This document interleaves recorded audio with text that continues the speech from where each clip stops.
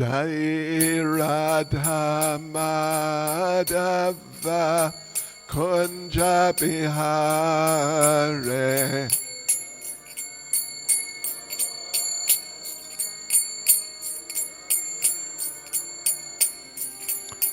Jai Radha Madhava Kunja Bihare.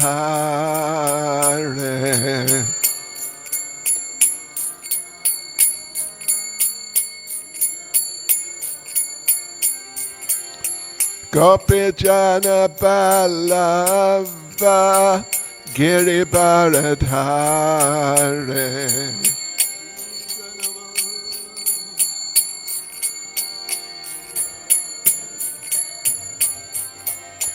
Gopi Jana Ballava Giri Bharadhare.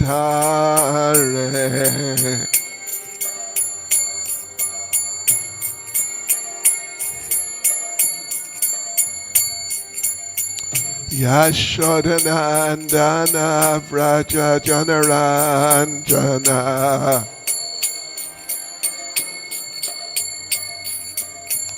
Yashodanandana Vraja Janaranjana. Yamuna Tira Vanachare.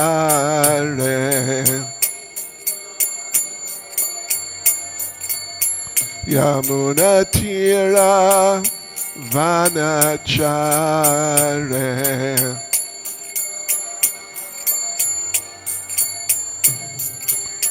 Jai Radha Madhava Kunja Bihare.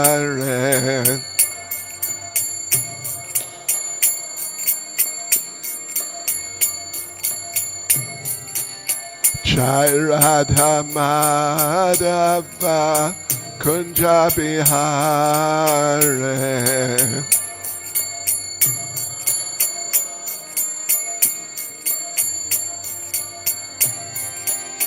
Gopi Jana Ballava Giri Bharadhare.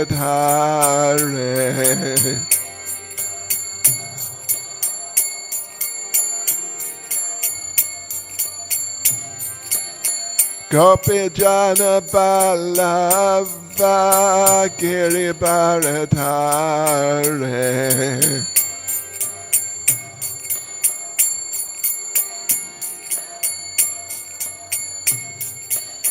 Yashodanandana Vraja Janaranjana.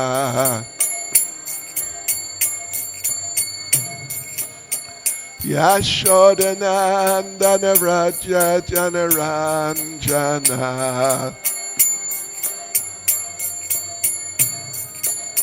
Yamuna Tira Vanachare.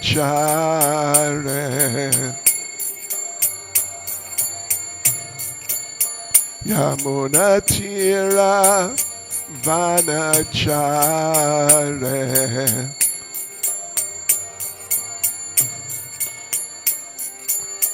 Jai Radha Madhava Kunja Bihare.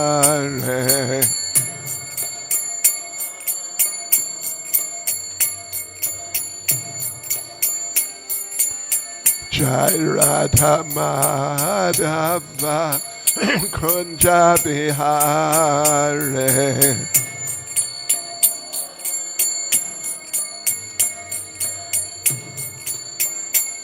Jai Prabhupada, Jai Prabhupada, Prabhupada, Jai Prabhupada.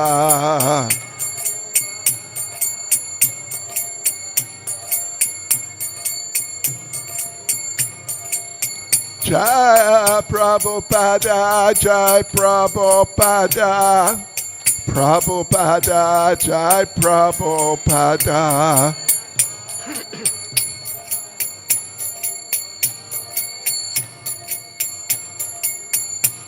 Jai Jai Prabhupada, Prabhupada, Prabhupada, Prabhupada.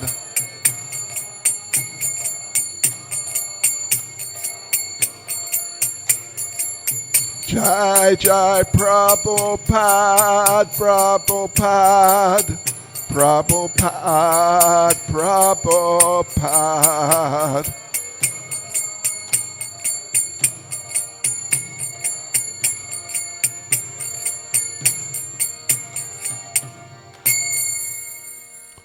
Jai Vishnavad, Pranamaham, Sampari Project Charis, Tadista Srimad. His Divine Grace, A.C. Bhaktivedanta Swami, Srila Prabhupada Ki, ISKCON's founder Acharya Srila Prabhupada Ki, Rantaraj Srimad Bhagavatam Ki, Sri Sri Radha Radhanath Ki, Sri Giri Govardhan Ki, Sri Caitanya Mahaprabhu Ki, Sankirtan Yagya Ki, Go Premanande. All glories to the assembled devotees.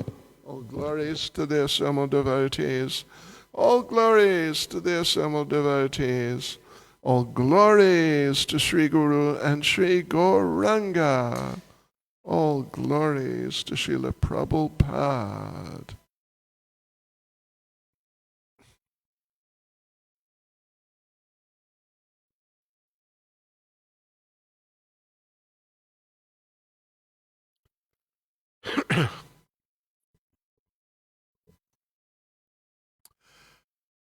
Om Namo Bhagavate Vasudevaya.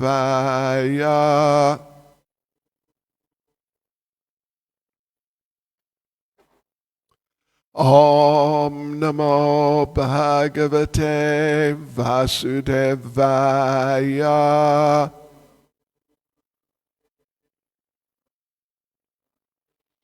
Om Namo Bhagavate Vasudevaya.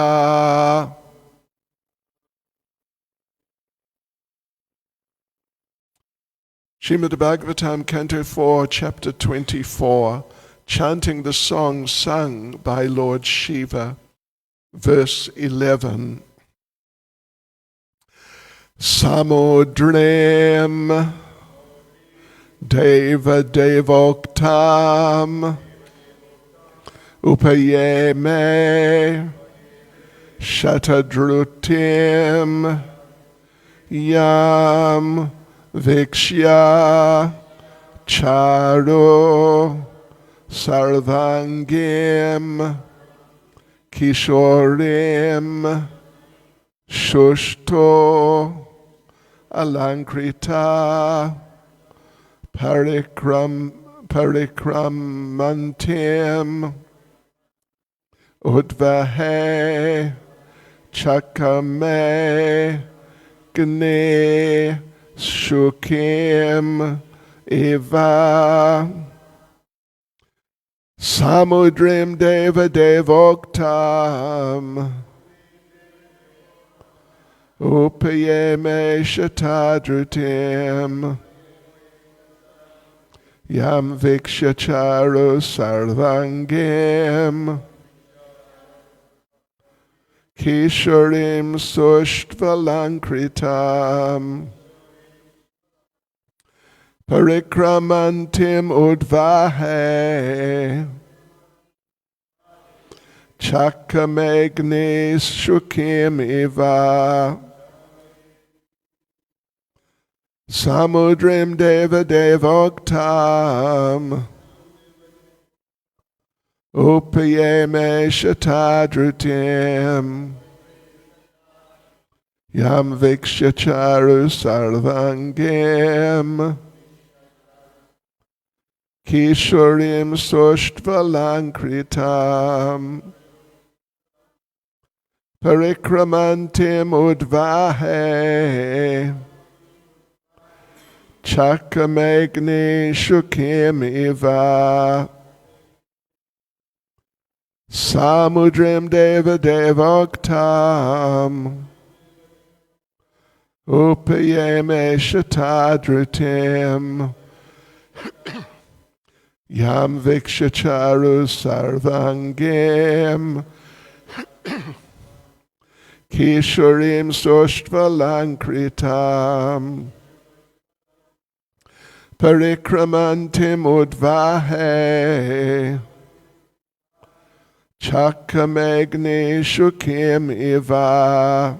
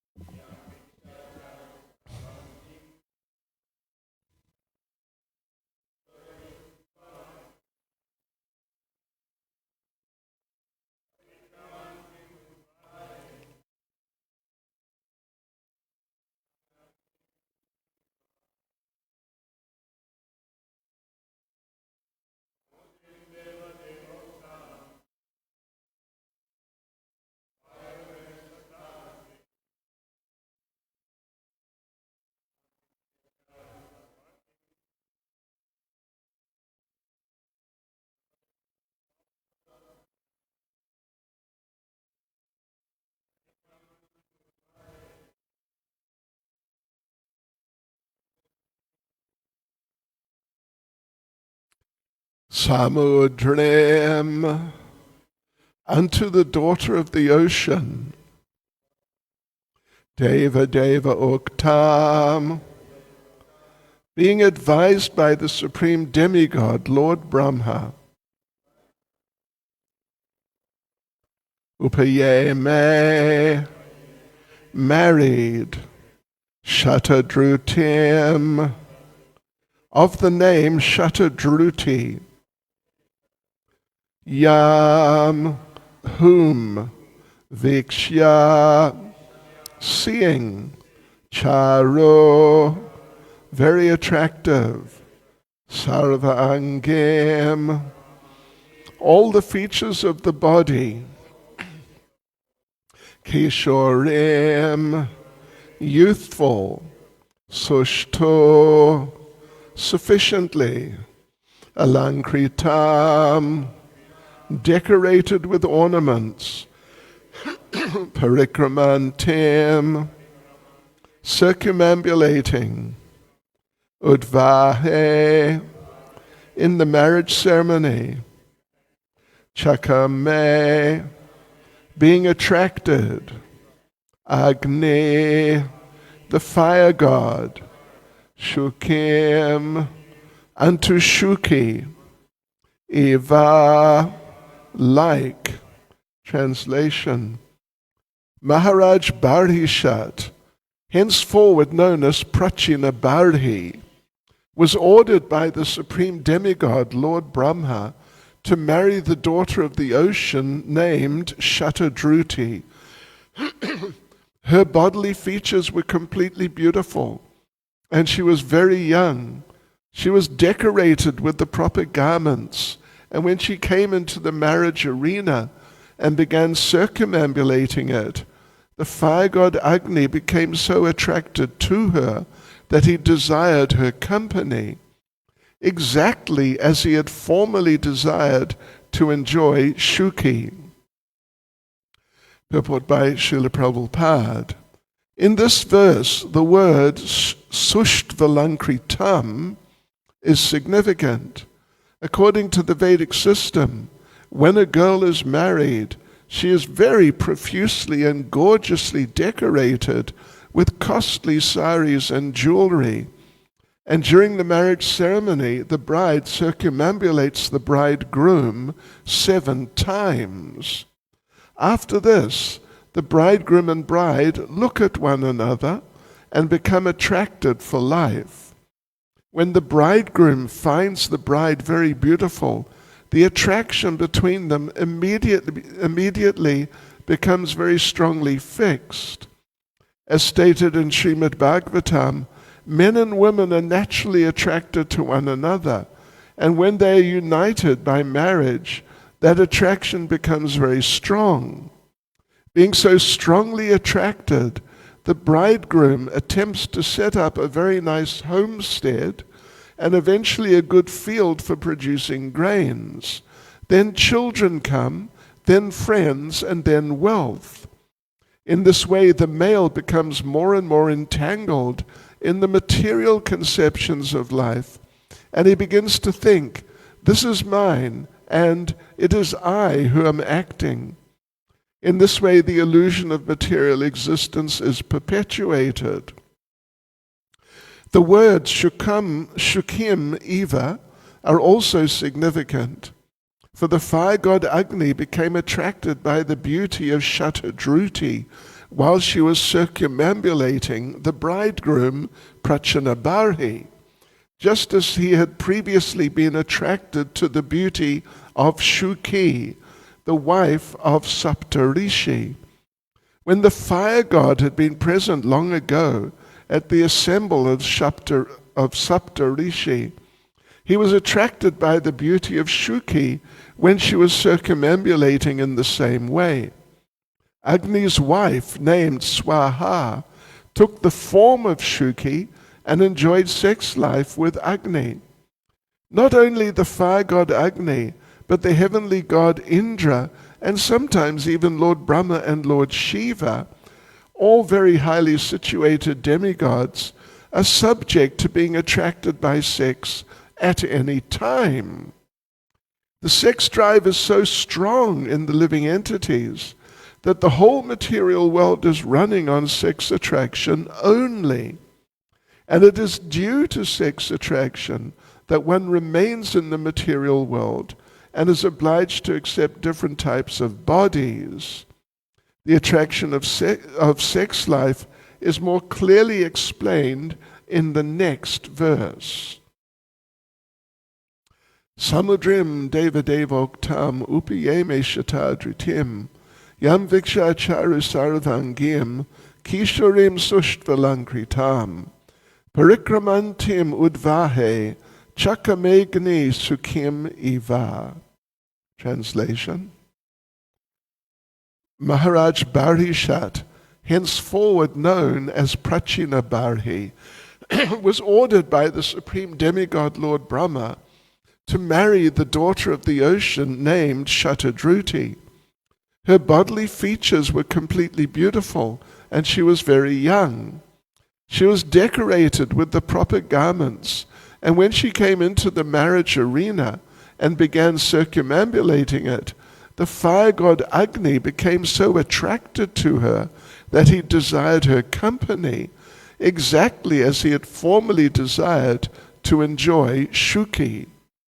Nama Om Vishnupadaya Krishna Prestaya Bhutale Shrimati Bhakti Vedanta Swami Niti Namane Namaste Saraswati Deve Gauravani Pracharane Nirvishesha Shunyavadi Paschitya Deshatarane Sri Krishna Chaitanya Prabhu Nityananda Shri Advaita Gadadha Shivasadi Gaura Bhakta Vrinda Hare Krishna Krishna Krishna Hare Hare Hare Rama Rama Rama Hare Hare Vanchakapatarubhyascha Kripa Sindhubhya Evacha Patitanam Pavanebhyo Vaishnavebhyo Namo Namaha. Yes, so this is a very important, instructive verse. First of all, the basic point which is made is about, in general, the attraction between men and women, or one could say the tendency to be attracted to the opposite sex, or even nowadays, of course, is just the tendency to be attracted to sex life in some way or other. It's so strong. It's like uniquely strong, actually, amongst all the attractions of this material world, all of which are very significant. But of all of them, the attraction, as Prabhupada says here, the attraction of sex life, and meaning in a broad sense, in the broadest sense, that attraction is just really the fundamental and foundational factor of existence in the material world. And it rules. It rules. Even other attractions for money, for fame, prominence, for comfort, and all these types of things, just different types of things which people find pleasurable or feel are pleasurable within the material world. Generally, most or all of them are sort of, you could say, serving the attraction to sex life.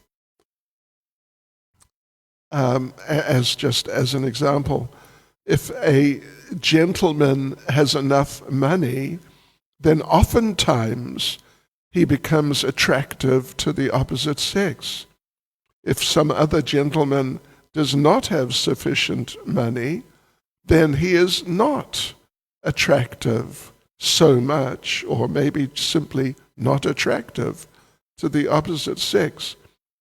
So all these things are there, like the matter of dressing, that in so many ways people dress and decorate themselves in some cases and so on, ultimately really to attract the opposite sex or to be sexually attractive. This is the story of material life. And if you take that out of material life, then, sex life in the broad sense, then what is material life? It's really just practically empty, or it's really quite, whatever's left is really quite insufficient. Insufficient in terms of being attractive and giving people the pleasure that they're looking for. So it's there even in all living entities. In all living entities it's there.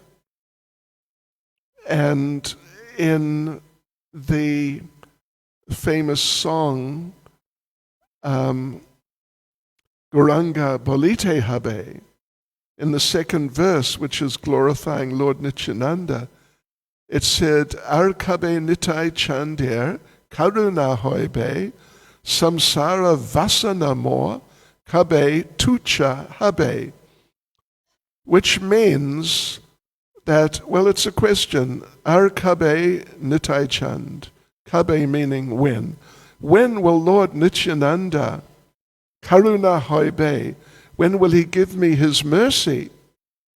And I will know that I've got his mercy when or if samsara vasana mor kabe tucha habe, my attractions to material enjoyment just become, tucham means basically, certainly insignificant, but so insignificant that they're just practically don't exist. They can just be overlooked. So when my attractions to material life become like that, so that I have none, really, or whatever traces may be there, they can just be overlooked effortlessly, then I can know that Lord Nityananda has been merciful to me. So the particular term in that verse is samsara vasana mora. Mora meaning my. Samsara vasana. Samsara, of course, is the cycle of birth and death in this material world. And so the particular word which to be focused on is vasana, or samsara vasana. And vasana, it can be, and it is often translated just as material enjoyment, or sense gratification. That's the basic idea. But ultimately, samsara vasana means, the significance of the term is that it's those types of attractions towards material existence. The types. Shri Radha Radhanath, Shri Giri Govardhan, Shri Caitanya Mahaprabhu Ki Jai. So the types of material attractions which keep a living entity in samsara vasana, mora, in this case, my particular attractions. So the point is, as Prabhupada says here, that the sex drive is so strong in the living entities, not just the human beings, not just the men and the women, human beings, but it's so strong in the living entities. And in this way, as Prabhupada continues the sentence, the whole material world is running on that only, sex attraction only. And it's due to sex attraction that one, meaning a human being, remains in the material world, but ultimately that all living entities remain in the material world. So, yes, samsara vasana means the type of attractions which are there in all living entities, which keep all living entities within the material world. The fundamental, most foundational forms of those material attractions, which are found in all the species. It's not just the humans have these types of attractions, or particularly the attraction to sex life. It's not just the human beings.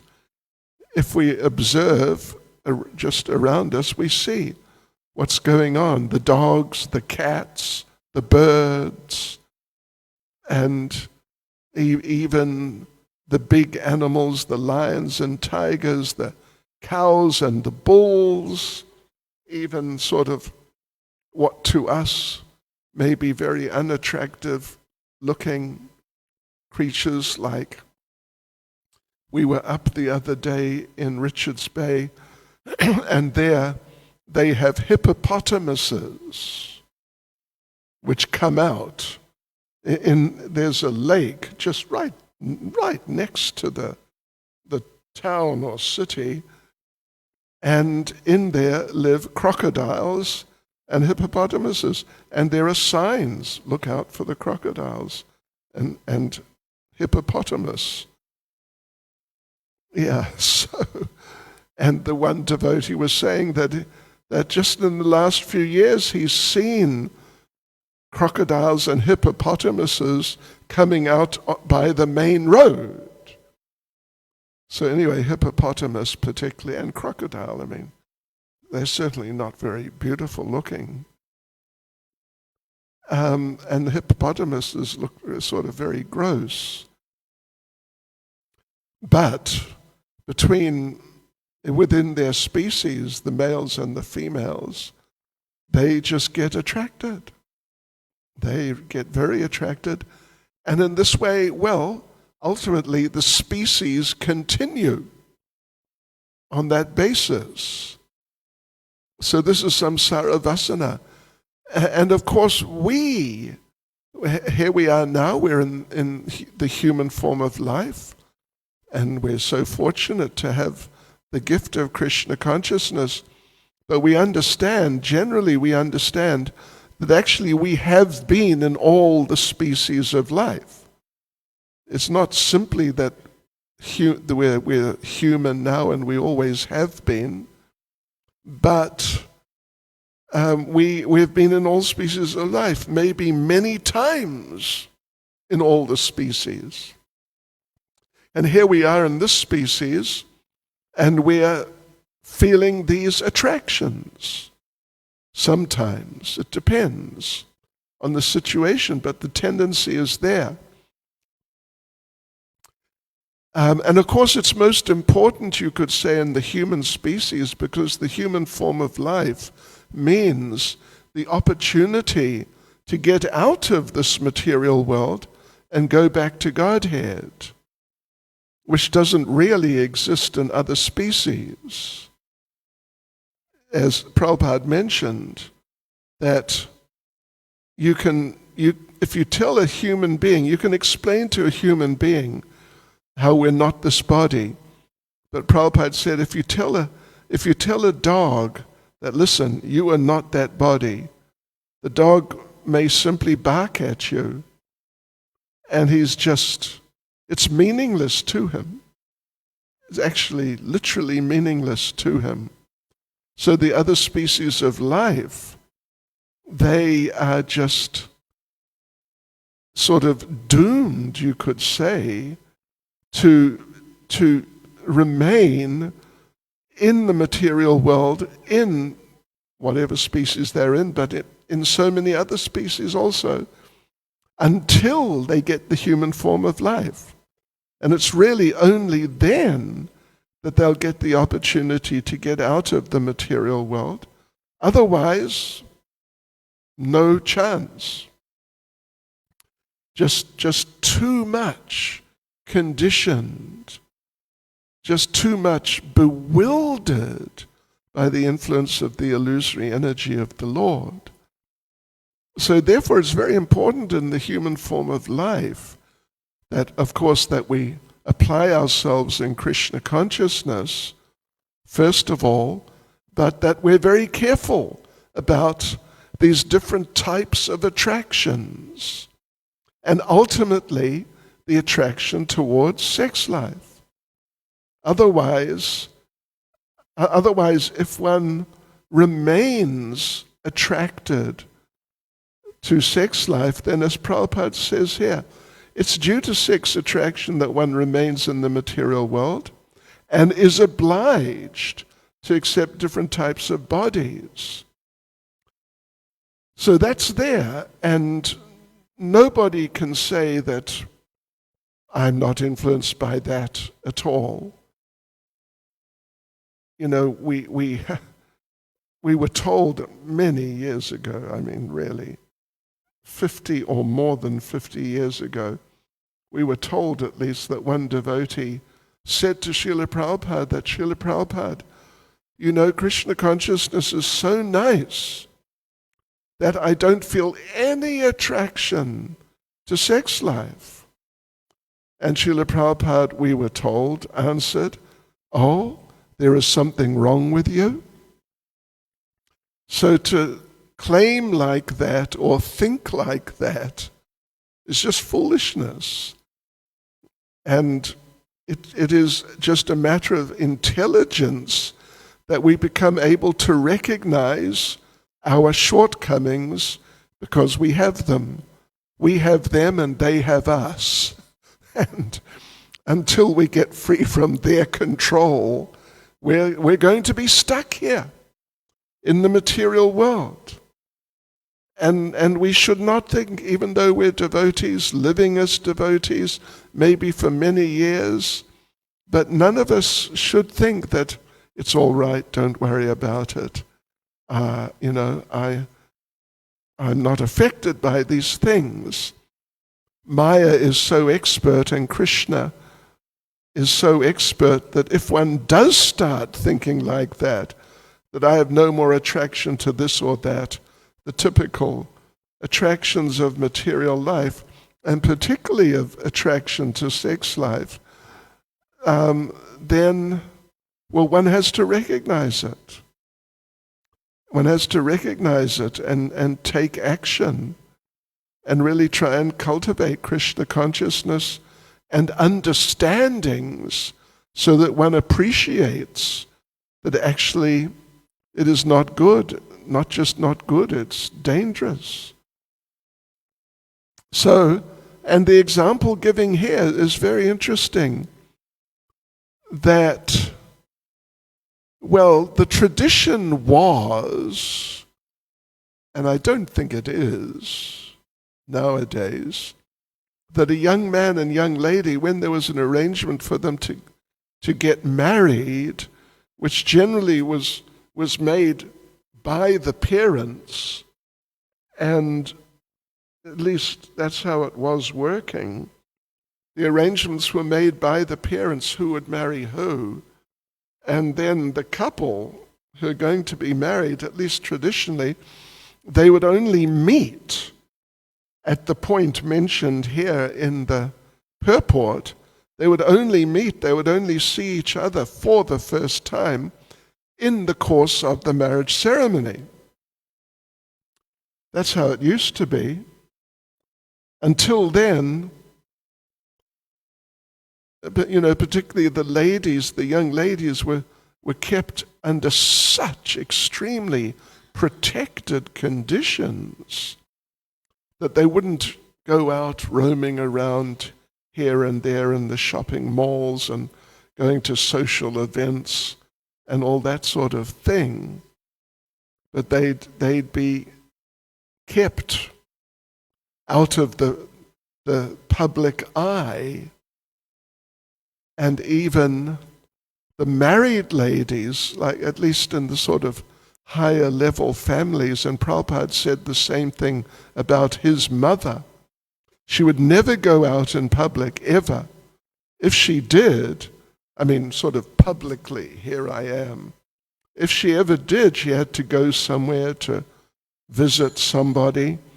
She would be carried in a palanquin, carried by 2 or 4 men, and the palanquin would have curtains on all sides. So, yes, like that, things were going on. But here, at least, Prabhupada's talking about that more traditional type of arrangement, that the bridegroom and bride, they only really look at one another at a certain point in the marriage ceremony, and then they just really sort of take each other's physical form into their hearts, so to speak.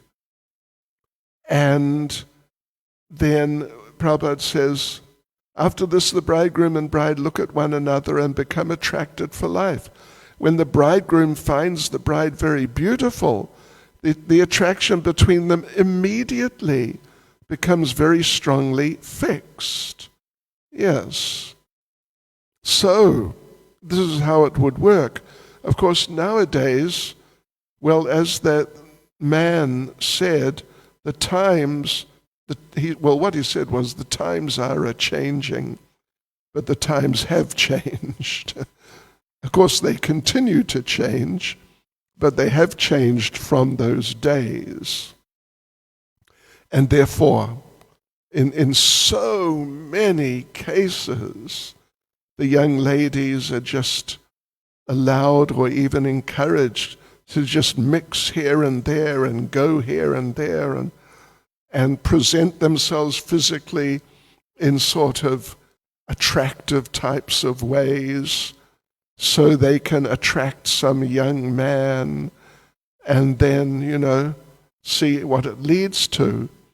But the problem with that, well, there are many problems, but one of the many problems is of somehow or other being taken advantage of by some young man who not interested in marriage, just wants to enjoy the body of the young lady, and that's just spoils the young lady so badly.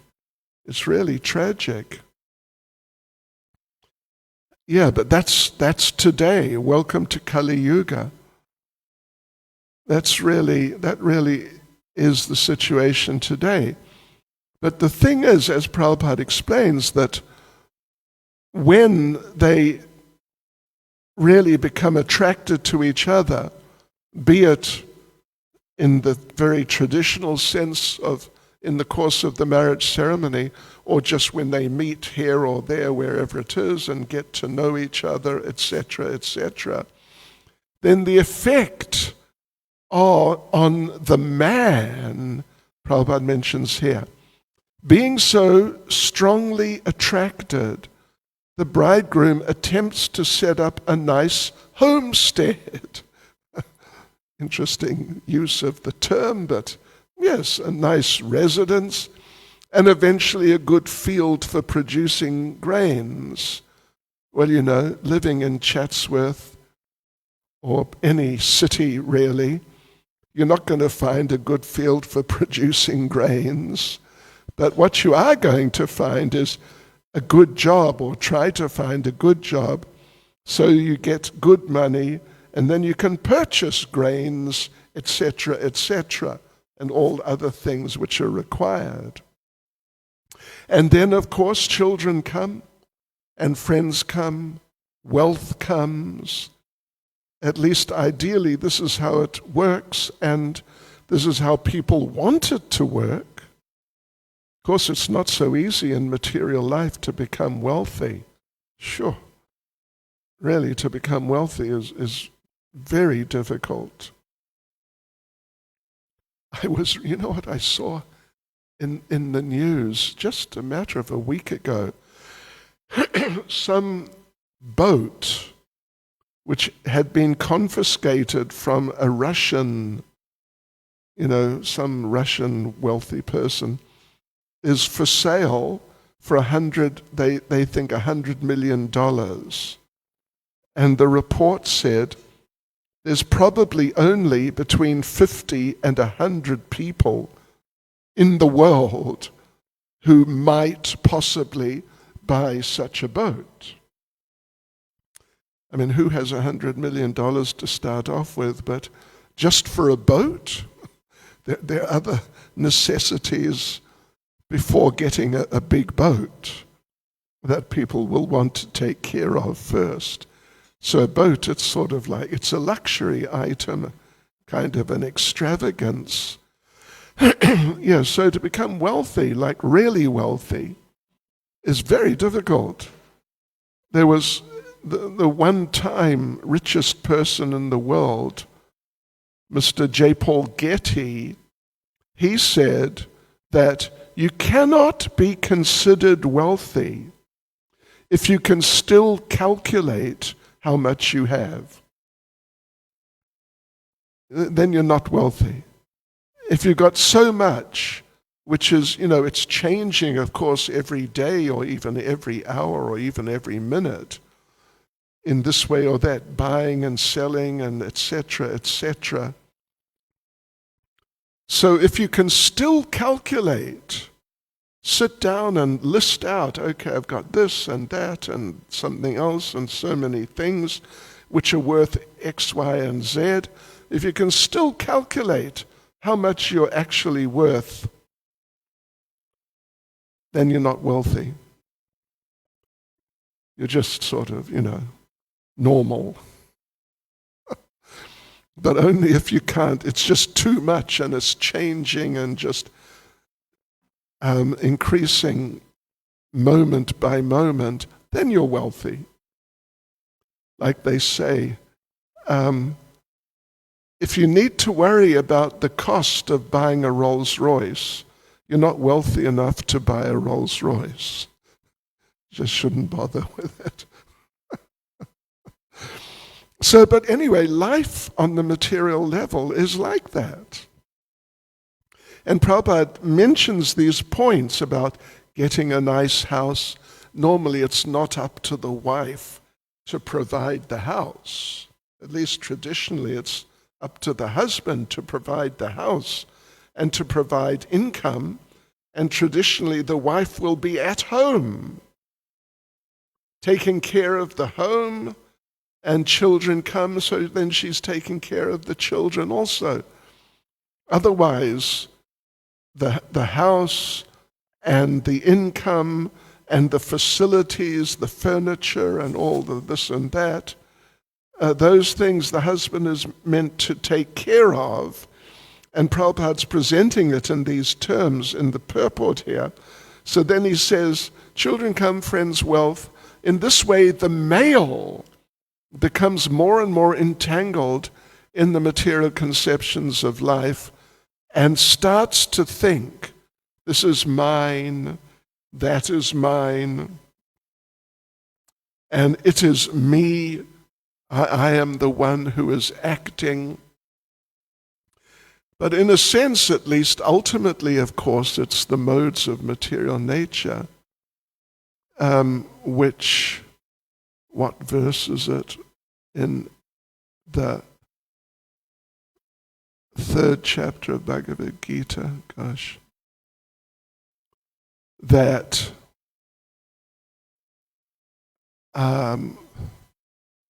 the person,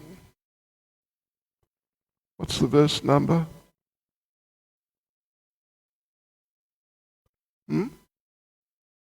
27, is it? Okay, thank you. Yeah, that's it. You got it. Well done.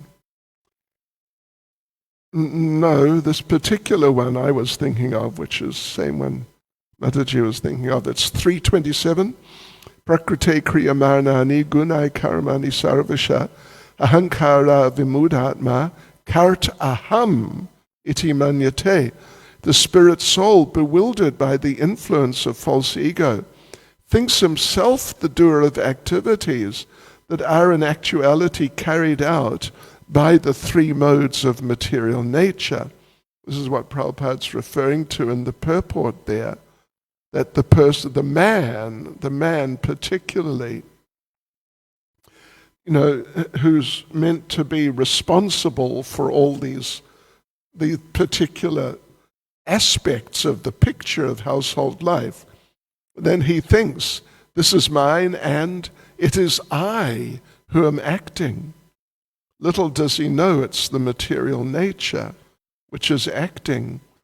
And it acts, of course, it acts according to our desires, depends on the situation, but it also acts in terms of our karma.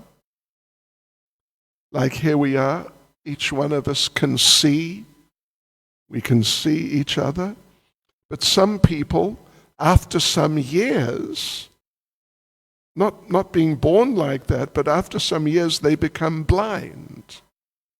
The famous singer Stevie Wonder, until he was, I think, 20 or 21, his vision was normal. Then suddenly, I don't know what happened, but something happened, and he became completely blind. And he remains completely blind. And so like this, these things happen. Means it's not just your desire, but it's your karma. Because of your karma, you're meant to gain something, you're meant to lose something, and it works like that. And even if you lose your sight, if you've had your sight for so many years, but then you lose it, surely your desire, as your sight fails, your desire will be, I don't want to lose my sight, but it goes. In fact, we have one devotee in Cape Town, Jayananda Prabhu, some of you might remember him, and he could see, not very well, but he could definitely see. He had to use glasses, but it wasn't that bad. But then he lost his vision. And now he's blind, and he needs a dog to take him around. And who else is it? Ratim Krishna Prabhu. Previously his sight was bad, and now it's extremely bad. So when it's your karma, then you just lose or maybe gain, whatever it may be. Yes. So, like this, people identify. Karta aham, that verse 327 says. Karta means to do. And aham, I am the one who's doing. But actually, it's the modes of material nature. Sometimes we give the example that I can lift my arm, there it goes, and I can let it come down and stop it, and then let it come right down. And we think, yes, I'm doing that, but it's the modes, actually. It's the modes of material nature. On the basis of my desire, my arm goes up, but it's the modes of material nature which make it go up. Otherwise, I'm the tiny, minuscule spirit soul within the body. So anyway, like this, the illusions of material existence are there. And the primary illusion is this attraction, at least shall we say traditionally, between the genders. It's so foundational. It is the foundational factor, actually. So, and in Bhagavad Gita in 15th chapter, Lord Krishna describes the material world as being a reflection, a perverted reflection of the spiritual world. It's sort of like everything is there, basically, but it's all upside down. And it's all distorted. So the way it's expressed is that if you have a tree right on the bank of a body of water like a lake, then the reflection, it may, when the water is completely smooth, the reflection may look exactly like the tree, but it's upside down. And when something is upside down, then the highest point of the real thing is at the bottom point of the reflection. And in the spiritual world, the highest thing, or the very highest, is the relationship of Srimati Radharani and Lord Krishna.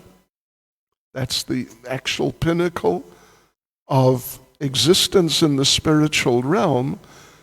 And conversely, in the material world, which is the upside down, perverted reflection, the lowest point is a man and a woman, or a male and a female.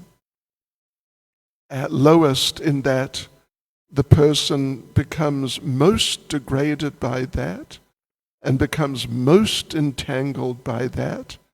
And it's really the thing which is of the least value and even the most danger, particularly for someone who's actually trying to come to grips with life and get out of this material world. So that's all being emphasized here, and the example is given of Agni. And Prabhupada also mentions Agni, Indra, the same thing happens with him. Sometimes Lord Brahma, sometimes Lord Shiva. And you don't get higher, particularly than Indra and Brahma and Shiva. And Agni is also a very high-level demigod. But there are descriptions of all of them, each one of them. Here we have the description of Agni being attracted to a young lady who he was actually involved in the conducting of the marriage ceremony of. He's actually the fire, the sacrificial fire, very important, essential part of the marriage ceremony. So that's him, that's Agni. So in the actual marriage ceremony, he became attracted. Prabhupada, in very discreet terms, says he became so attracted to her that he desired her company. But we should know it doesn't mean he just wanted to chat with her or sort of, hang out with her, something. He actually wanted to engage in sexual activity with her. And yes, so the same thing is happening with him here in this marriage ceremony also. So it's a problem in this material world. And it's a problem which afflicts even people who, by the standards of the material world, are as elevated as it's possible to be, at least in material terms. So therefore, in our efforts in Krishna consciousness, we need to be conscious of this and be careful about this particular point. We need to. And really take shelter of the Lord. If we're sheltered sufficiently, then these problems headed by that problem, but all the other problems along with it, they all become less and less. And ultimately, when one is completely sheltered, then one becomes free totally from these problems and is situated on the transcendental level, ready to go back to the spiritual world. Hare Krishna. Any comments or questions? Jai Sachinandan Prabhu.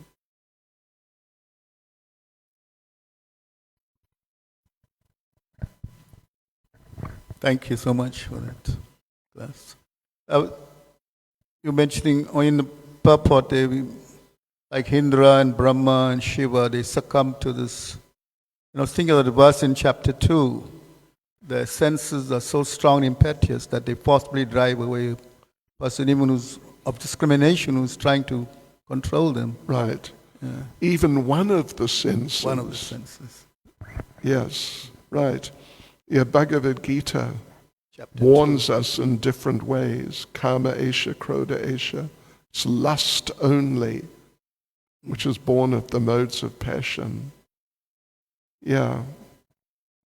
There's another Diyatobhya San Pumsam, I think that it's 61, 62, chapter 2. While contemplating the object of the senses, one develops attachment. Right. All this. Yes, that's chapter 2, verse 61. It's 56, isn't it? Let's just check. I think it's 56. 61, 62. Or somewhere around there. Or is it 62, yeah? Yeah. Jayata Vishayan Pumsa. Sangasteshu Bhajayate Sangat Sanjayate Kama Kamat Krodho Bhajayate. While contemplating the objects of the senses, a person develops attachment for them, and from such attachment, lust develops. Means they want to enjoy whatever it is they're now feeling attracted or they're now attached to from contemplating. So now they actually actively engage with that. And so, but what is the result? Of course, materialistic people think that, we contemplate the objects of the senses, we become attached to them within our minds, and then from that attachment, lust develops, then we try to enjoy them, and then what's the next thing that happens? Anger. Well, the people think we become happy. That's what they think.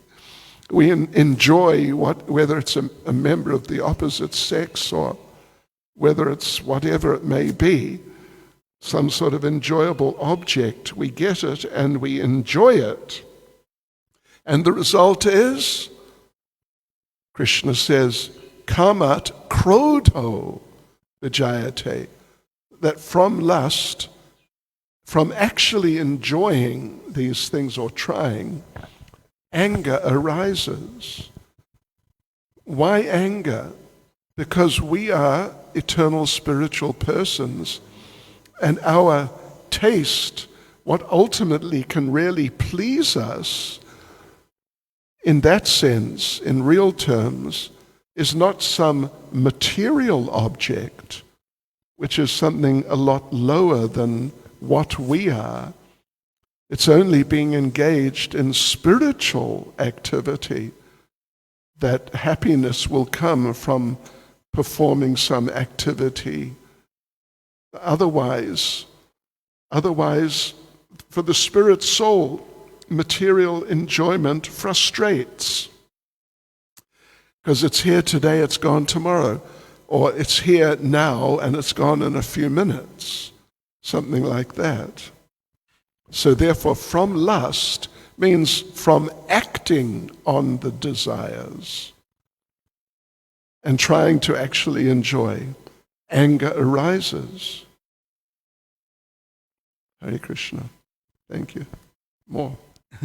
Yes, that other interaction you mentioned with Prabhupada and the disciple of his who, and Prabhupada said, is something wrong with you? Then I was thinking, where did Prabhupada say this? He said, there's impulse of agitation, the sense will agitate us till we die. Yes, right. There's the story of, it's Akbar, I think. Akbar, the emperor, Muslim emperor. He asked his Hindu sort of minister, when will these attractions for the opposite sex go away? At what age? How old do you have to be? And his name was it Birbal or Gopal or? Birbal. Said, no, they never go away. Even when you're really old, even when you're on the edge of death. And Akbar said, no, it couldn't be like that. And so Birbal took him to the house of a man who was dying, was on his deathbed and he's just about to depart. And he's just, that man, the dying man, is just some ordinary man, but suddenly in comes the emperor. And, when does the emperor visit some ordinary person? He never does. So there's the man dying and he says, what? The emperor's come to see me. And he was looking at him like amazed. But then, if I remember correctly, the emperor's daughter came in, a beautiful young lady, and he's looking at the emperor, and in comes the beautiful young lady, and his vision shifted to her. And then Birbal told him, okay, you get the idea. Yeah, not until you're actually dead. Yeah. Thank you. Hare Krishna. Any other comments, questions?